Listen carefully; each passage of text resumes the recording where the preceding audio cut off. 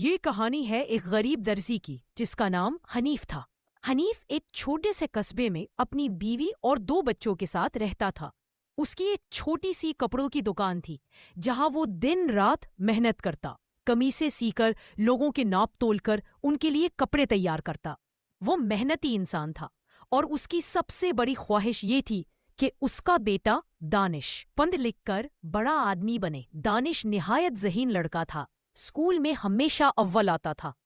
اس کے استاد اس کی ذہانت کے قائل تھے۔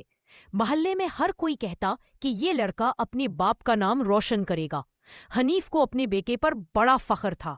بیوی اکثر کہتی، کیا پتا کل کو یہ لڑکا اتنا بڑا افسر بن جائے کہ ہمیں کسی چیز کی کمی نہ رہے۔ وقت گزرتا گیا۔ دانش نے اسکول کے بعد کالج میں داخلہ لینے کا ارادہ کیا، مگر کالج کی فیس 5,000 روپے تھی، جبکہ حنیف کے پاس بمشکل 3,000 روپے تھے۔ اس نے 2 دن اور رات بغیر سوئے کام کیا، لوگوں سے قرض بھی لیا اور فیس پوری کی۔ دانش شہر چلا گیا۔ وہاں اس نے ایک چھوٹے سے ہاسٹل میں رہنا شروع کیا۔ حنیف اور اس کی بیوی ہر مہینے کچھ نہ کچھ بچا کر دانش کو بھیجتے۔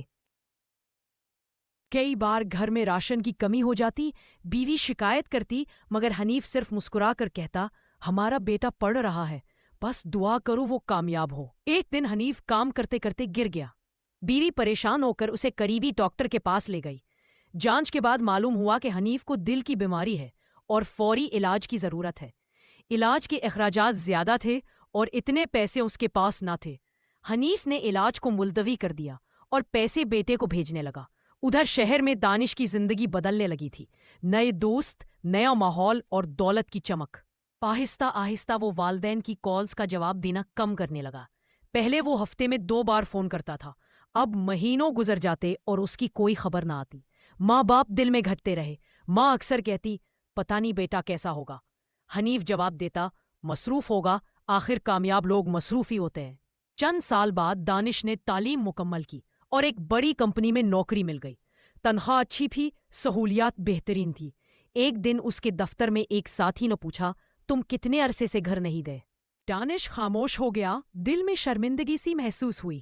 اسی رات اس نے اچانک فیصلہ کیا کہ کل ہی وہ گھر جائے گا، اپنے ماں باپ کو حیران کر دے گا۔ سفر لمبا تھا، مگر دل میں ایک عجیب سی خوشی تھی۔ وہ سوچ رہا تھا کہ اماں کے ہاتھ کا کھانا کھاؤں گا، ابا کے پاس بیٹھوں گا، سب خوش ہوں گے۔ مگر جب وہ گھر پہنچا، دروازے پر تالا لگا تھا۔ پڑوسی سے پوچھا، امی ابو کہاں ہے؟ پڑوسی کا چہرہ اتر گیا۔ اس نے آہستہ سے کہا، تمہارے ابا پچھلے ہفتے فوت ہو گئے، ان کی طبیعت کئی دن سے خراب تھی، آخری وقت میں تمہیں بہت یاد کرتے تھے۔ دانش کے قدم لڑکھڑا گئے۔ وہ فوراً ماں کے پاس پہنچا۔ ماں کی آنکھیں نم تھی، مگر زبان پر شکایت نہ تھی۔ ماں نے صرف اتنا کہا، تمہارے ابا نے آخری وقت تک تمہیں یاد رکھا، اپنی دوائیاں چھوڑ دی تاکہ تم پڑھ سکو۔ وہ چاہتے تھے تم خوش رہو، کامیاب بنو۔ ان کی سب خواہشیں تم سے جڑی تھیں۔ دانش پھوٹ پھوٹ کر رونے لگا۔